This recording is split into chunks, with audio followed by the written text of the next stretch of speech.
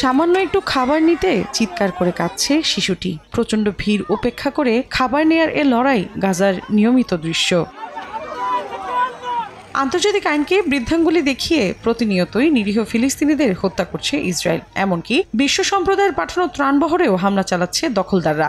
এতে না খেয়ে থাকতে হচ্ছে বহু মানুষের। এরই মধ্যে জাতিসংঘের বিশ্ব খাদ্য কর্মসূচি জানায়, দিনের পর দিন অনাহারে ভুগছে গাজার 1/3 মানুষ। তীব্র অপুষ্টিতে ভুগছেন 90,000 নারী, শিশু, যাদের জরুরি চিকিৎসা প্রয়োজন। শুক্রবার আরও 9 জন সহ অনাহারে মৃত্যু বেড়ে 122।